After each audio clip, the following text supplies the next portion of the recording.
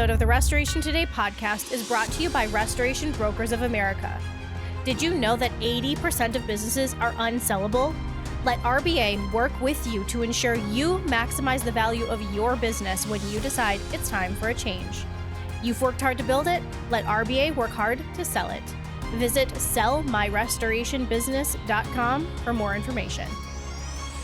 Hello there. Thanks for checking out this episode of the Restoration Today podcast. Today, we're talking about something that I don't think I've ever talked about on my podcast. I'm about a year and a half into the Restoration Today podcast, had one prior to that. And I don't know that I've really ever talked to anybody about how to turn around a failing company and also the importance of training your project managers and that level of person within your company. We talk a lot about training technicians, training senior leadership, but very often we're not talking about those middle people within your companies and training them up. So I am joined by Cruce today. He is the founder and chief growth officer of Trifecta Growth Institute. I've had the pleasure of getting to know Rod over the last few months as we've worked together with some advertising and some articles and those kind of things. And I'm really excited to have Rod here today to share a lot of his expertise on how to turn around a failing company and also to talk about training those project managers and those middle level people within your company. So Rod, welcome. Thank you very much for joining me. I'm going to toss it over to you and have you share a little bit about your background and what Trifecta is.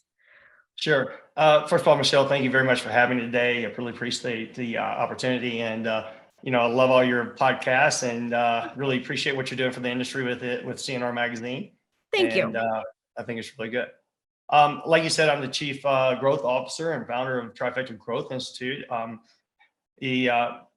to that, I'm a 21-year Army veteran as well. I was in the Green Berets and Rangers, and was all over the world for majority of that in places like Afghanistan, Colombia, Iraq, and a few other countries I probably can't even tell you about that you've never heard of. So it was a lot of fun, and that's kind of where I first got my introduction to project management, as the article I wrote for you guys this month.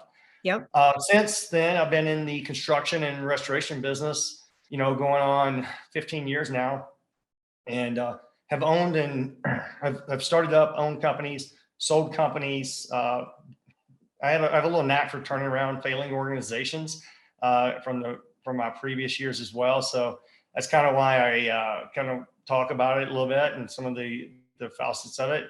But today, Trifecta, we're focused on elevating the restoration industry, and that is raising the bar within it. I think it's a great industry. It's a growing industry. It has a lot to offer, as many of you guys know. But there is a little bit of stigma to it, and we need to overcome that by increasing our industry professionals and also our business reputations and images. Yes, perfect. Well, thank you very much for your service. I'll start there and talk a little bit about, this is a really good industry for veterans. I know we're kind of going off track here a little bit, but what drew you into this industry, being a veteran and coming out of like active duty, stuff like that? Well, I started out within Special Forces or Green Berets, that we have different skill sets. And I started out as an enlisted guy, and I was an engineer. And we were always building schools, helping schools out, helping things in foreign countries. And so it was kind of a natural fit for me. Growing up as a farmer, and my dad was a truck driver, I wasn't really bashful of hard work, but it just kind of fit with me. And then as I became, in the military, I grew up from being in that project management, engineering world to become an officer and then running these things. So when I got out, I'd started a business. In training and education, we had, just all over the place. We worked with a lot of electrical contractors overseas. We did project management with them, projects all the way up over $100 million, putting in power stations, modular data centers with NASA, Air Force, and that aspect of it. And even now I have another company. We build wind tunnels. If you're familiar with iFly, we just built one here in the Springs. We did one in Detroit, and got a few other ones going on. So it's and even on the residential construction business when I was towards my end of the time in the military. So it's kind of a natural draw, I guess, from that aspect of it. Okay. All right. So let's talk about kind of the failing business aspect. The restoration industry has a lot of turnover of companies. There's always a lot coming and kind of going, especially maybe in the franchise space and little mom and pop shops. So what kind of data or statistics are you aware of, even outside of the restoration industry, when it comes to how often do new businesses survive and how often are businesses failing? First of all, I've got a master's degree in industrial engineering, and that's all statistics. So Yes. I Okay. read, okay, so and all processes and procedures and stuff of that nature. Um, I I don't put a lot of stats or a lot of faith in statistics because you can a lot of Okay. times manipulate them on how see Yeah. fit. Yep. But if you look at like the SBA and stuff like that, they'll say that businesses 30, 20, 25% of the business is going to fail the first year, and then another 30% the next year, and 50% of them are all going to fail by the time they're 5 years, and very few make it. Well, when is that startup businesses we're talking about? Yeah. And within the restoration industry, it's a pretty defined market at this point. I think the biggest thing for them, um, I would say more so, is if you sell the business in that point, what has changed? Why was it sellable, first of all? Because a lot of businesses are not sellable. Mhm. And so, I don't put a lot of stats in it, but what I would say within industry is you've got to look at what you're buying or what you have in that aspect of it. And I kind of tie it to what I consider a business triangle of what companies fail on. Yep. I look at three sides of a triangle, equilibrium triangle. On one side, you got your sales and marketing. On the other side, the second side, you got operations. On the third side, you got finance and administration. If that equilibrium triangle is not balanced and every leg the same on it, your company will fail. It just depends on how unbalanced it is. And those are the three driving, functions of business. And I use this example quite a bit. And I say, if you've got this great sales and marketing department and it's feeding the operations jobs, but your operations is really bad. From one, you're going to get a bad reputation. You're going to get a bad image. You're not going to be able to complete jobs. You're going to have this backlog of pipeline. And all of a sudden your company is never going to have cash flow coming in. So and cash flow is a big deal in this industry. Mhm. And so then you've got to figure out how much is going out, how much is coming in. And so that side of the triangle is going to work. And vice versa, if you've got a bad sales and marketing, but a great operations, well, now you got everybody standing around. And I see a lot of mitigation companies with this. They don't have the jobs coming in. They have a ton of people working it when they shouldn't. They're paying this overhead, or they're sending them home, and then they lose quality people because they don't have the jobs and they're looking Yeah. for a better job, Yep. or a consistent job. And then if you just take jobs all the time and you got all these outflows going in, you run out of money. So, that's a very open-ended question, and it's a very loaded question. So Yes. every company is going to be different of why they Mhm. fail. But you've got to have a functional business model to start with. And then you've got to understand these sides of the triangle functions of the company so you can be successful and understand why you're failing. So what are some of the maybe high level early indicators that a business might be in trouble? Like something that owners or top level leadership could be on the lookout for, like, oh, we're maybe going a little off the rails here. This might be an early indicator that we need to course correct before things get bad. Sure. The indicators are something that I would say most leaders and business owners, they don't recognize. Mhm. And a lot of people look at their P&L, and a P&L is not an indicator. A profit and loss is a history lesson. That's what just happened. Yep. And if you're looking, I see this with a lot of people I talk with and business owners that we work with. Number one, they're like, well, my P&L, this is what happened, and this is why we're doing it. I'm like, well, you don't know what happened. It's only telling you what was the outcome. And then this is like the common one. Well, I've got money in my bank account. So, and I'm like, well, okay, but you don't have money, or you do. So where did that come from? So people are looking at their checking accounts to see if they're, that's not going to be a leading indicator either. Yeah. So I boil it down there's 6 areas in business that your business will succeed in or fail. And one of them is your vision. And do you have a vision, mission, core values, stuff like that? And is everybody bought in? Mhm. That's one of the biggest things. One of the second things that would fall into is people. Do you have the right people in the right seats? We've heard that many times over, but what does that really mean? I talk about you got to have people that get it, want it, and have the capacity for it. And Mhm. then they got to be trained. They got to know what you're asking them to do, and they got to know how to do it. And it's very hard sometimes to find somebody who's very familiar with the restoration business as an estimator, project manager, coordinator. It's great to find tradesmen. That's an easy deal. But like we were talking about at the beginning, that middle level management sometimes are getting thrown to the fire and all they're being, kind of like the article I wrote, hey, just get it done, and there's no training, there's no understanding behind it, or there's like, do as we've always done. Worst thing ever. So, and I have this little chart. I talk about willing, unwilling, able, unable. And you want to categorize all your people in those. And the worst ones are unwilling and unable. You got to get rid of them. So people's a big function of that aspect as well. The third one I would roll it into would be metrics, data. Do you have a balanced scorecard? Do you have something for your company? Do you have a project scorecard? Are you tracking project metrics on that aspect of it? Because if your projects are all failing, you're not generating profitability and you're just killing your overhead. It's a huge piece that drives the P&L. Some of the other things I would talk about would be, the issues aspect of it. Do you address issues or do you put them under the table? And that drives your culture, right? It talks about positive culture, transparent culture, enabling, and can people bring them up? Or is it, that's the boss. We don't want to bring anything up on them. And, do you have that defense mechanism up where nobody wants to tell you? Yeah. So that is a huge one I see time and time again, And then a couple other ones I would probably say that would fall in there is, your processes and procedures, having that framework in there, something that you have developed, opposed to having this project manager does it this way, or that project manager does it that way. That's not predictability. It's all over the place. And, but this is the way I've always done it.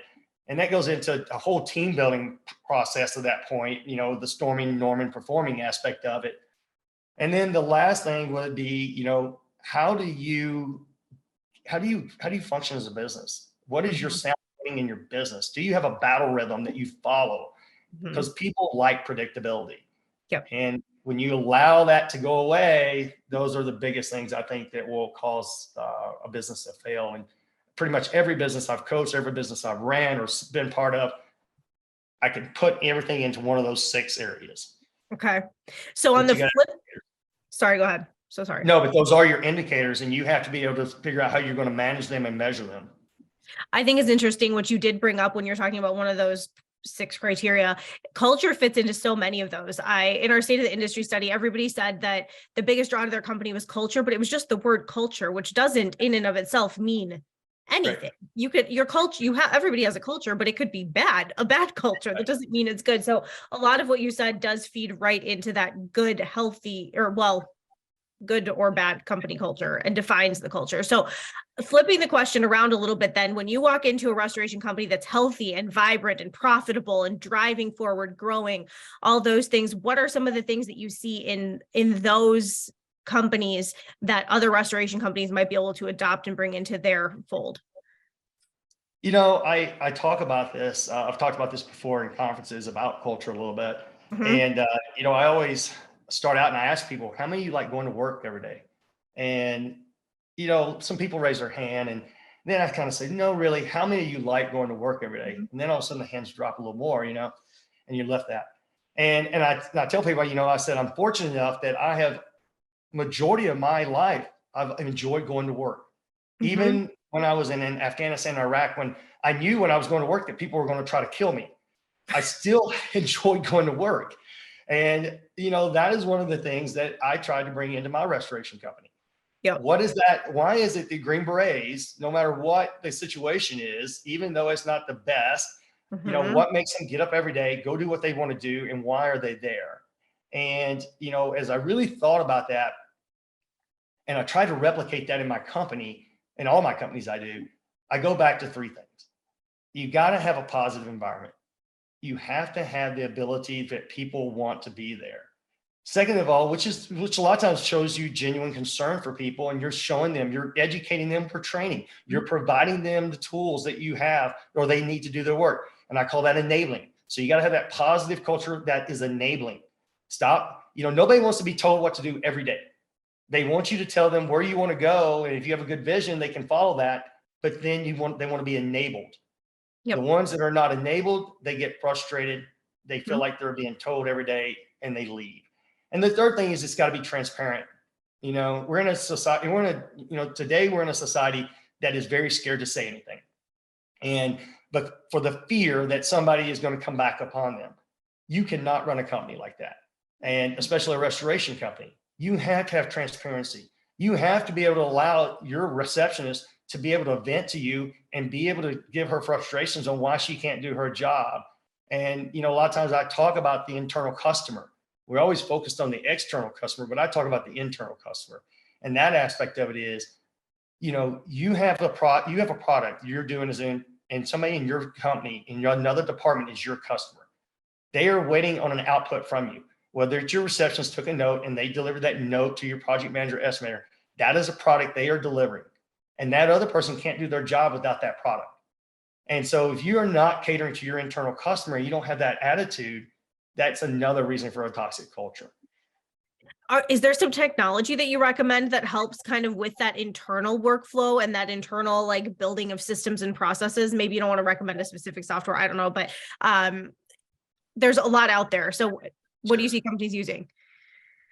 Everybody uses Dash or Restoration Manager and those aspects of it. And, we have a great software that people are going to hate me for saying this, but Exact Analysis actually is a great design for project management software for communication. And that's what we're talking about. If you're talking about that aspect, we're talking about project management information system. There's tons of those out there. Yeah. Technology is great to leverage. It is not what is going to make your company the greatest thing in the world. You have to have processes and procedures in place ahead of time that they actually enhance and make it easier for collaboration and those aspects of it. One of the things that we teach in estimator, we have a certification that's we're pushing out now for estimators, project managers, and project coordinators. That is the heart of everything about processes and procedures in place, and having everybody on the same sheet of music that understand that and have that same in common goal. Once you have that in place, now then you figure out which software is going to enhance your company to do that, because you have the structure to put something behind it. If you think you're just going to go out and get the newest ClickUp or whatever it is out there, and you don't have a foundation, that sound footing already established, or that framework, it's not going to work for you. You're just going to spend money on something you think is solving the problem, that really what should be solving the problem is leadership. Yes.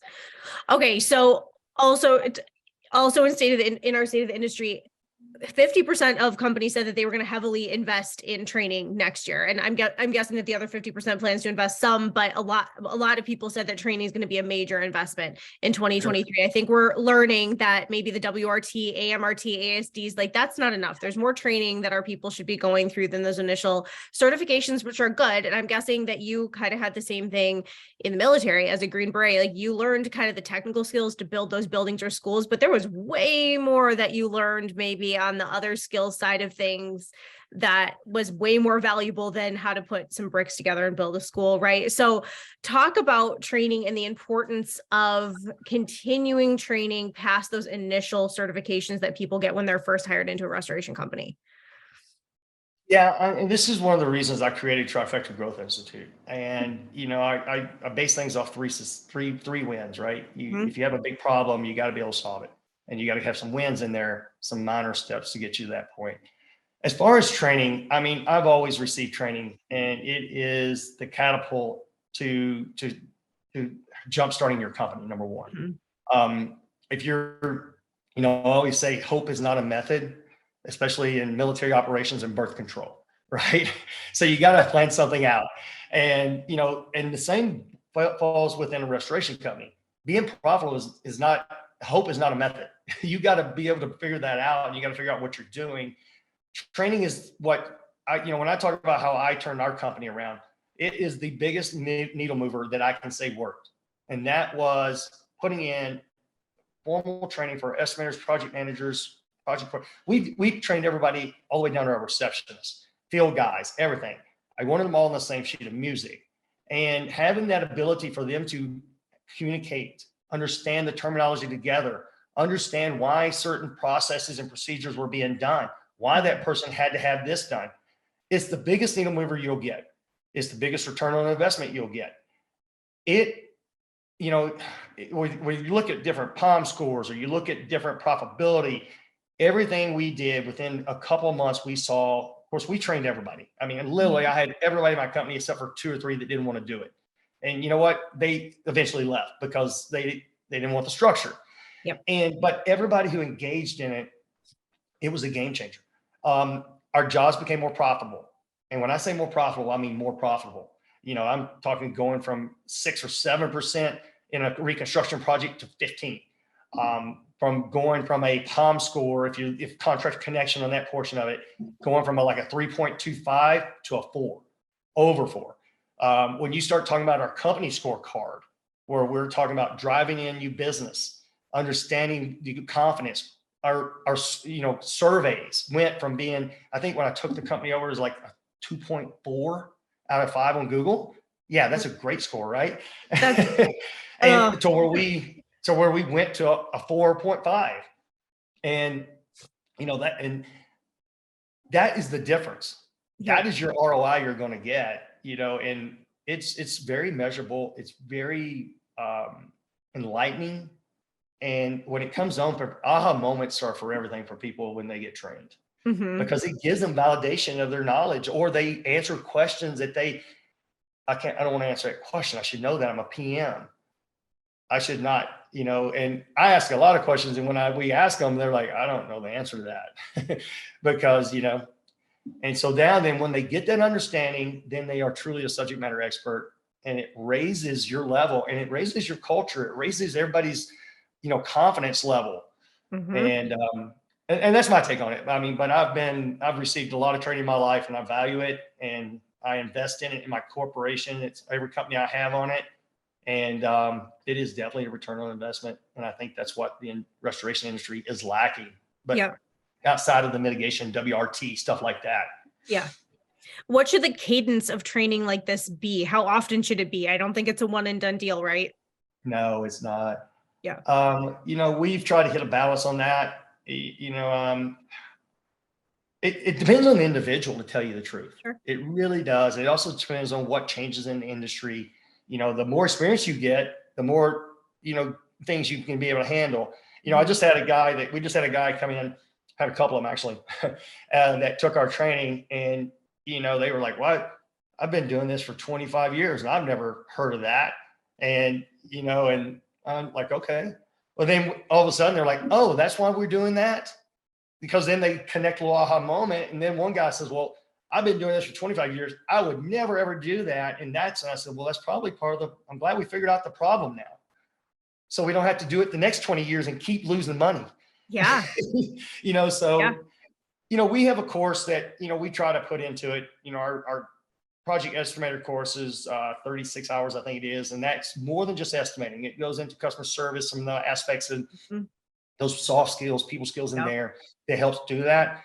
And that's just a base level. Once you finish that, you have a certification. Our project management course is 48 hours. Our project coordinator is 30 hours. And that's your base level. Once you get that base level, then, I think there's always the aspect that you got to apply it. You're always going to have something you learn on that other job, because no two jobs are the same.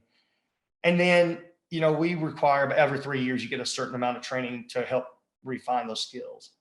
And, if you're a project manager, I really think you receive some estimator training. If you're an estimator, I really think you should have some project manager training. So enhancing those skills, learning the bigger picture is going to make you a better industry professional and a true subject matter expert in what you're providing. Yes.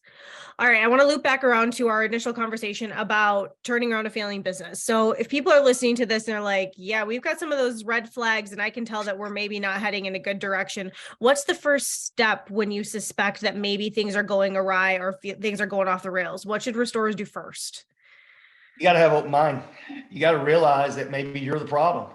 And I'm serious. I can't tell you how many times the problem is the owner or the general manager or the leader in that department. And so you've got to be able to identify a problem.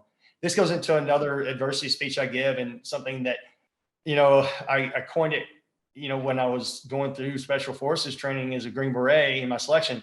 You got to be able to identify the threat. You got to eliminate the threat, and you got to Charlie Mike. And a lot of people are like, what the hell is this Charlie Mike thing? Well, it's short for, if you ever heard of the phonetic alphabet, C is for Charlie, C is for Charlie, Mike, M is for Mike. Yep. And really what that means is continue the mission. Once you identify the problem, get rid of the problem, then you go ahead and you can get back on track. And so you got to have open mind. You've got to be able to have the ability and the transparency to identify the problem. Most people don't identify the problem. They identify a symptom. And, you got to ask why sometimes 5 or 6 times to really get to the root of what the cause is. Yep. Yeah. And, once you have that mindset and you can identify what the true problem is, then at that point you can come up with a course of action. And I would say not you as the owner. You've got to employ your leadership team. It has to have buy-in, because it's real simple for an owner to come in. We're doing this today. Okay, great. Why? There's no understanding behind it. You're not going to get the buy-in. And, in my companies, we do a little thing called IDS, and, it's a issue discussion solutions. And we've got to figure out what the first problem is. And then I want to know, what is your solution? Do you have one? We'll take all those and we will put them together, and we'll figure out which one is the best, we think. And a lot of times it morphs into a combined solution.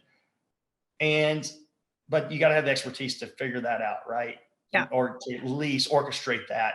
Because most of the time, if you've got really the right people, the right seat, and good leaders, then you'll find out the problem and get to it. I find that most people don't know how to orchestrate that and allow that, put down the body armor to where they can take a few hits there and eat a little humble pie. Put on the body armor. Yes. Gain some humility and let's get to work. Perfect. Right. All right. Anything else that you want to share? And I want to tell people where to find you. If they want to know more about Trifecta, more about you, more about project management, estimating courses, where do people find you? Sure. So first of all, we're on the web. Trifectagrowthinstitute.com is there. We're on Facebook. We're also on LinkedIn. But on our webpage, we have our certifications program on there for both estimator, project manager, and project coordinator. We have a course kicking off in January. I think it's January 12th is the first day of that one. We also have numerous workshops there. If you go to the website, just click on training. That'll tell you where our first quarter is. If you click on certifications, it's going to give you a detailed piece of the certification aspect of it. And then also, if you click on about, you'll see what I'm talking about, what our philosophy is on how we work with businesses.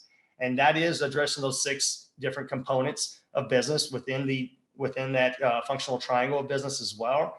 And then if you really need help, we have a thing called the restoration operating system. And that's where we help come in and put these things in place for you, help you. We don't do them for you, but we help guide you to it, to where your company will function at a high level.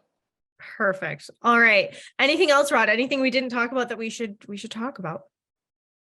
I could talk about this all day long, and there's a ton of examples. And but no, I really appreciate the time. And I just think it's we're passionate about it, and really appreciate the opportunity to be with you guys at CNR Magazine. Well, thanks, Rod, and thank you again for your service. And I look forward to chatting with you again soon. That sounds great. For more Restoration Today, visit our website, cnrmagazine.com, or find us wherever you get your favorite podcasts.